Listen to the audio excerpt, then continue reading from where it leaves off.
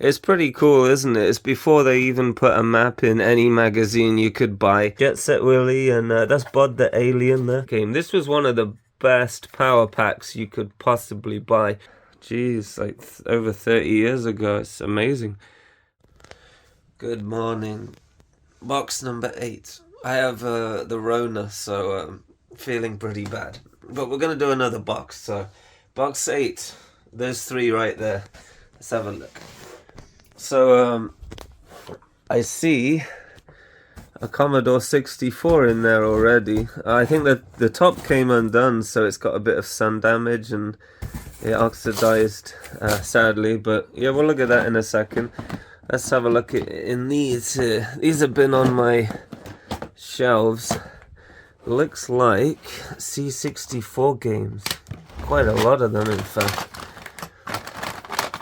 Yeah, mostly C64 games. We'll go through those in a minute. Let's have a look in the boxy. Look at this. And this is the C64. I think it was the second computer I ever had. Wow, some great memories. There's where that red action replay used to go in there. There's where your cassette tape went into. Your disc drive. I probably have the disc drive in here. And yeah, wow. That's cool. Oh, that's a nice surprise. Look at this. What's going on here? Let's check it out. What? Oh, yeah. Yeah, so I used to collect Olympic games, all different regions and for various different consoles. This looks like a Japanese PS1 game. I have no idea what they say. You remember Driver. The graphics. Look at those graphics. So I think these driver discs and these ones, I used to use them to boot these Japanese games. I never really played them. They were just like a boot disc. That's probably why they're in here. Oh, this is a Dreamcast one. Japanese Dreamcast. Xbox Arcade, Miss Pac-Man. This one seems pretty random. Oh, Broken Sword Trilogy. This game's great. You can learn all about architecture, Knights Templar, solve mysteries. It's a pretty fun point-and-click game, but you actually secretly learn a lot. God of War. This was I never really played anything after PS2. Apart from this game, I love the game because you know, like the bosses kind of filled the screen. I think this one I might have got from Coca-Cola auctions. I don't remember. When they used to have ring pulls and you send them away and you get prizes. That was a long time ago. I used to go around collecting the red ring pulls from Coca-Cola and I send them all in an envelope to the Coca-Cola auctions website. I got a giant inflatable tulip and Sydney 2000. Yeah, Salt Lake, and yeah, Sports Champions. I don't think I ever played that. What else is in here? The good thing about Olympic games is no one cares about sports games. I don't really care about sports games, to be honest, but these ones are super fun because they're like a great multiplayer game. And multiplayer games are pretty kind of hard to come by, good ones anyway. Maybe that's different lately, I'm not really sure. But especially in old games, you kind of have your Streets of Rage and things like that. But, you know, crack on some Olympic games. It's great. Athens and ESPN Track and Field. Alright. So that's all those. What else is in here? Oh, look. The Commodore's coming together. We have our tape deck. That guy in the back there, look. What else? Wow, this joystick. Look, there's the auto fire, look. So when we'd play Daley Thompson's Decathlon, for example, on this, we'd, you know, you go left, right like this, as fast as you can. There was a 1500 meter event. I think it was about 4 minutes long, and it was the ultimate arm workout. Jesus Christ. I think that is a 5 1/4 floppy drive for the C64. There it is, look, the 1541. Wow, so I must have all my discs somewhere. Actually, I think the discs are right here.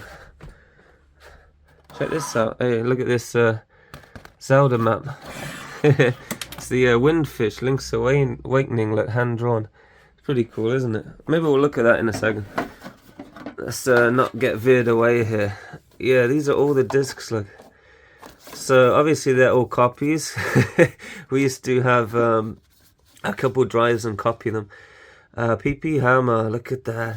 So yeah, these will all be copies, or at least backups from some of the cassettes in there.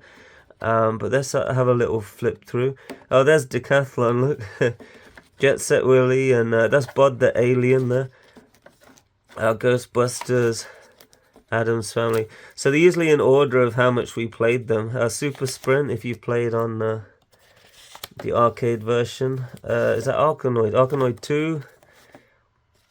Cyberdyne Warrior. Sensitive, really good game. I think I have a run on Sensitive on my YouTube, actually. A couple Dizzies on there. Fantasy World Dizzy with a cheat built in. Sheep in Space. That's Werewolves of London, which is a really cool game. Wacky Darts was an amazing game too. We had a lot of British games, so if you're watching from the Americas, you probably never heard of some of these. But we had a really good scene in the UK with the Commodore game companies. 180 Darts was super fun as well. When you got to the third round, he was hitting 9-dot finishes, so you just have to get the 9-dotter before him. It was super hard playing with the keyboard. Oh, Games Creator was cool. Man, there's some memories in here. Mikey. There's an arcade port. Not port, but it's on the arcade as well. Predator 2, Top Duck, Bomber, Paperboy. Oh man. Yeah. So we'd play these pretty much every day. Firelord was a great game. Yeah, we'd play these pretty much every day. Like, these have so much use on them, and they're way faster than cassettes as well. So if you wake up a little early for school or something like that, you can whack in Baghdad was a great game. You can whack in one of these discs and yeah, you're off. I think this Z game is like a text-based adventure game. Ghostbusters 1 and 2, Turtles Till Down. Superbike was great. Like, every time you crash, it was a bike jump game, and every time you crashed, like Evil Knievel, it would say, I hope you like hospital food. Fist, I think that was like a really early fighting game. Beachhead, I think that's a submarine-based game. There, look, one original game, Ninja 2. I think maybe some of you have played the NES version of that. Ant Attack. Ant Attack was really fun. It's just ants everywhere. Yogi Bear's Escape, Turbo 64 Commando. Wow, camels. So yeah, this was the early days of, well, maybe you could say pirating, I don't really know. Don't copy that floppy. No, we copied all those floppies. So these are probably all the blanks at the back that you never got around to. Some Commodore 128 stuff. And yes, demo stuff. Yeah, so there are all the discs there. And well, I guess let's move on to the cassette. So it was a disc drive. We actually have a newer disc drive. I don't know where that is right now. Maybe I could dig it out. 1 second. So I'm getting a little bit distracted, but it should be worth it. I found another bag up here. Look how old that one is. And this one was another Commodore we had. Is that a Nintendo controller? Wow. So we have an 086 up here. If you know about PCs, I think that's it there. It has a 5 1/4 floppy with Duke Nukem on there. Like original computer. Maybe we'll save that for another video. But that is where the other disc drive is. The 1541 Mark II. And that one was super fast. And it had a lot less problems. The original drive here usually suffered from, well, it used to kind of die quite a lot. I think this is probably my second or third one, but this one was a beast, and it actually read a lot faster as well. So oh look, they might be Lemmings codes. So yeah, sorry, getting a bit distracted here. I found the original Commodore 64 sleeve. Look at this, it's pretty cool. Look at that. Look, the original drive. There's the TV that you could or might not want to buy with it, and a printer as well. Yeah, amazing, right? Anyway, let's keep pushing. Got a little bit distracted here. Okay, what games do we have in here? Let's get the zoom a bit better there. Okay, so we have original Arkanoid. So we had Arkanoid 2 on disc. So Power Packs. Now Power Packs came with a magazine. Commodore format. There it is. So Commodore format had. Let me see if I can find the other cassettes. There was a couple magazines we had in the UK. My memory is really bad because I haven't been in these boxes for a long time. So there was it Zap or something like that? We had a magazine in the 80s and 90s. I don't remember what it was called. And then that one, then the Power Pack here, Commodore format, had a lot of the writers from the original magazine, and they came over to this one. And every time you would buy an issue, it would come with a game on the front, and the game would usually have 4 games on it, or in this case, I think there's 5 games on here, but 3 of them are full games. So every week or 2, I don't remember the frequency, it's so long ago, you would get this in the magazine, and this is how most people played a lot of the games. So you'd have on side 1 a couple there, and on side 2 you'd have some more. And these weren't always demos, like I said, full games, so this would be how you would play the games on the Commodore, and a lot of people would have those. Like you'd go to school and say, "Oh, hey, you got the new Power Pack. Oh, you know, like Bod the Alien game's amazing, isn't it?" This is a Daley Thompson Super Test. So these Olympic games were super cool. You'd get your friends over, get a joystick each, and you know, wiggle it left and right to make Daley run. Daley Thompson's Olympic Challenge. Yeah, so like I say, I really like the Olympic games. I've had them a really long time there. So here are the Golden Talisman. Really good game. You just go through these labyrinth of tunnels. Yeah, one of my favorite games. Indiana Jones and the Last Crusade. Didn't really play it too much. Yeah, like I said, we had a lot of British type games. Again, some of you might remember these, some might not. But yeah, Spencer's, look, $7.95, almost £8 for a game. It's a lot of money back then, a lot of money. Creatures, one of the best games on the Commodore. Graphics amazing. The game was absolutely amazing, really good.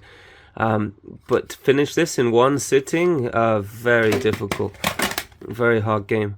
Fantasy World Dizzy. Yeah, these made some of the best games. These, I think I finished all of them finally. But yeah, this is the Fantasy World. So they'd theme him in different things. You have the original Dizzy, Fantasy World, Spellbound. But it's basically like you collect things, use them, and yeah, I think they had a Genesis port. I don't remember. Maybe a NES port as well. So there's Ant Attack. There's Bod the Alien. Really good game. You're like this little green ball and he can kind of bounce around. I think it was only 4 levels, but most people never actually got to see the second level. It was super difficult. So Power Pack. This is one of the original ones, the issue 3 there. What else? Run for Gold. Yeah, still got the Olympic theme going strong there. Prince of the Yoke Folk. That was one of my favorite ones, Dizzy, Prince of the Yoke Folk. Yeah, the lion has a thorn in his foot, so you get it out and he thanks you rather than eating you. There's the troll on the bridge. Yeah. Ah, this game, wow. I don't remember where we got this from, but it had Hunchback on, where you go along the bridge. Wow, yeah. A lot of memories there. Yeah, Hunchback was a funny game. Yeah, another Winter Olympics game there. What else? We've got a lot of Power Packs. We had almost every issue. Sheep in Space. Wow. So Sheep in Space, you're actually a sheep in space, and you actually have to land the sheep and eat grass to survive. And you have lots of different hunger levels of your stomach. There's a ZX Spectrum user guide on cassette there. So Ninja, maybe you played Last Ninja, maybe you played Ninja 2 or 3. Well, there's Ninja on the Spectrum, original Ninja. Wow, I think that's the 2D one. The 3D one was super hard to control. Super hard to control. What else we got here? Oh, is this it? Oh, hang on. Commodore Force. Theseus and the Minotaur. Snowball Sunday. Snowball Sunday was crap. Well, it wasn't crap, but every Christmas we'd play it, but you'd literally just throw snowballs across the screen. Oh, the Rona. Cyberdyne Warrior, great game. Indie Heat, great. Sensitive, great game. This was one of the best power packs you could possibly buy. If you missed this issue, then Jesus Christ. But with the Commodore cassettes, if any of you aren't familiar with a Commodore cassette, you see they have the counter here, so every time you put the cassette in, you would reset that to 0, right?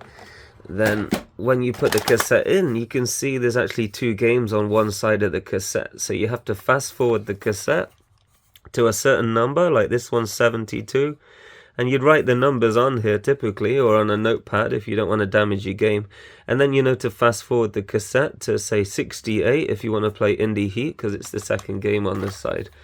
So maybe that's kind of weird for you that never had a Commodore or a cassette based game, but yeah, that's typically how you would do that. Park Patrol, yeah, really fun game. We don't have too many full original games, but you went around the park, were you cleaning stuff? I don't remember. I can't remember. So another magazine based game here. I think I actually saw the box for this earlier.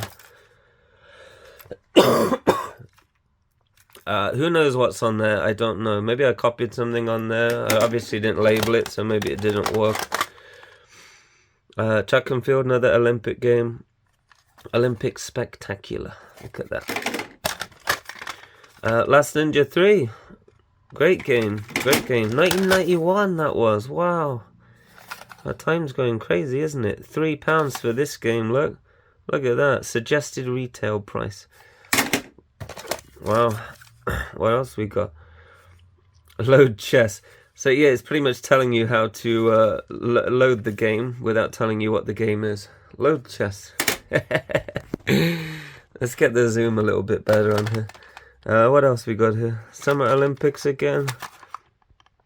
Yeah, look at that. Look at the graphics on that for Commodore. It's not bad, is it? Power Drift. Wow, that's been through the times. And no kidding, because we played this almost every week. Super hard game.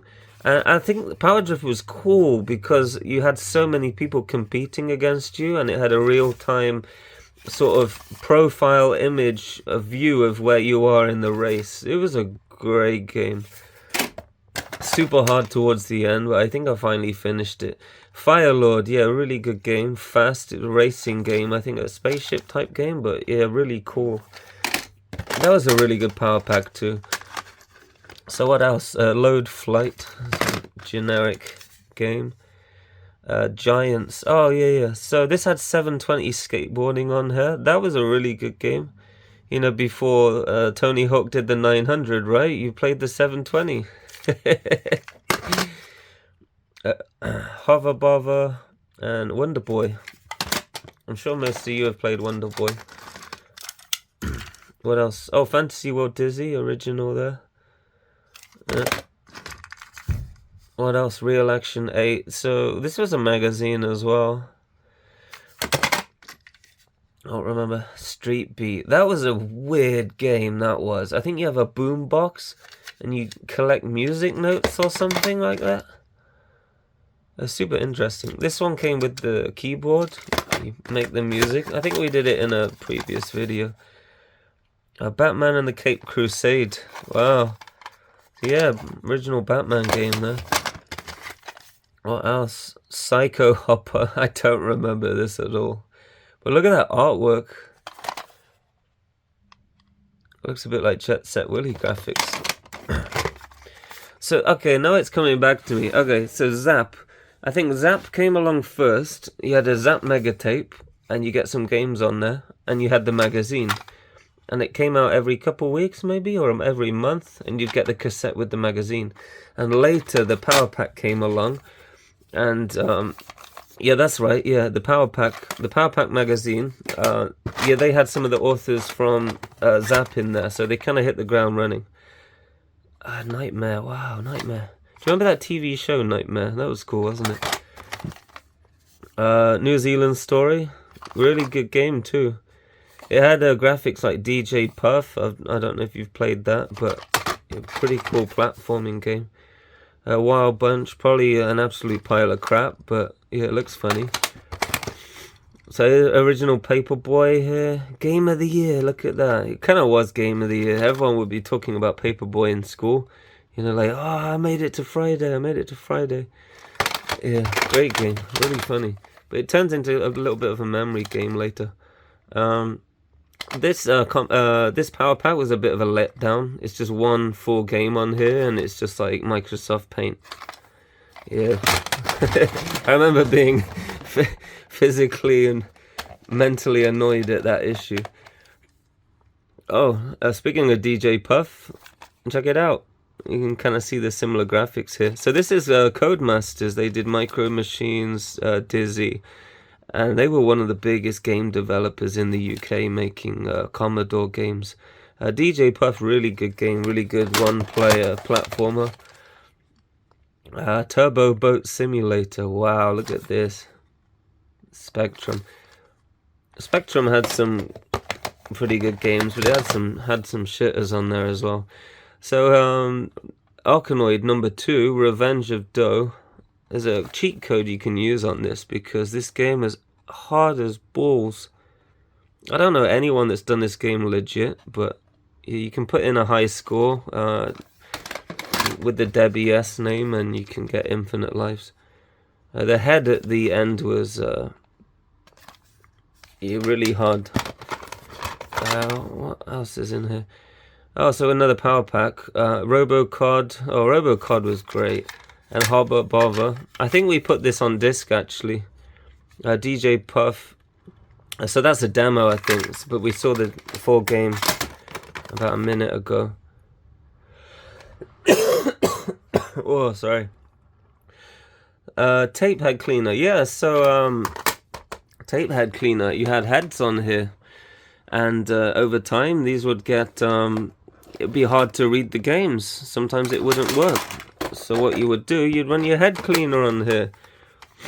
And that's how it would work. It's great. So every couple months, I'd put this in here. And yeah, that's the way it worked. I'm sure you had one where you had the brushes on here and some gel or something. Am I going insane? I don't remember. So what else we got? Arnie 2. What is that? Monster Mash? I don't remember this one too well. Power Pack. Looks like a late Power Pack. Maybe that's why. Another Zap Megatape. Yes, I don't really remember the Zap Megatape games too well. I don't know if they stood the test of time or what. Or I'm not sure. Maybe it was just earlier. But I sure do remember the Power Packs. Rainbow Islands, great game. Rainbow Islands is a great game. Why is this in here? What are these? Oh, Broken Sword 2, All Doom, and a mystery CD. What's the mystery CD? So I think All Doom is Doom 1 and 2, TNT, and Plutonia. Oh, look at that, it's Swap Magic for PS2. It's no longer a mystery. And Roland's Rat Race on the Spectrum. Wow, look at that.